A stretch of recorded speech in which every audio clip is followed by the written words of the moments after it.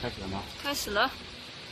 首先，这个齿圈打开的状态，焊接完成了之后，齿圈是这样的状态，在钨针在零点的位置。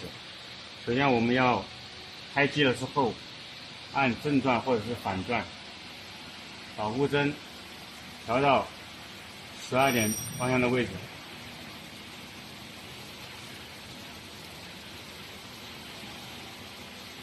然后钨针的拆卸，随机配送的有一个这样的小牛角扳手，这里有个孔，拿着钨针松开，钨针就可以掉。然后装的时候先放上弓箭，随便放上一个同型号的弓箭，然后把钨针，先放钨针进去了，钨针放上去。弓箭放上去，这里的间隙，大概这个钨针的这个尖，离这个弓箭大概是1.5毫米，1.5毫米刚好就是这个右脚扳手的宽度，大概就这样比划一下，然后这里留紧，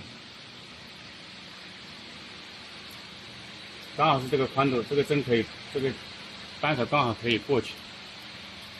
如果不行的话，把它再调整一下。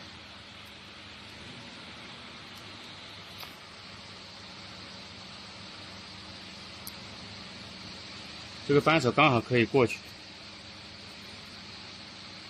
这里安装钨针要注意的时候，安装钨针这个钨针不能太长，也就是说不能超出这个齿面。如果是钨针从这里超过了的话，它会挡住这个齿圈运行，就会造成齿圈的损坏。所以这里必须要在齿圈以内，在这个齿牙以内，钨针的长度要刚好控制在齿牙以内，这里又能上紧，这里又刚好尺寸刚刚好的情况下，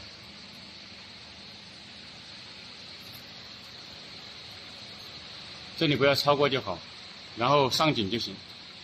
这就是钨针上钨针的过程。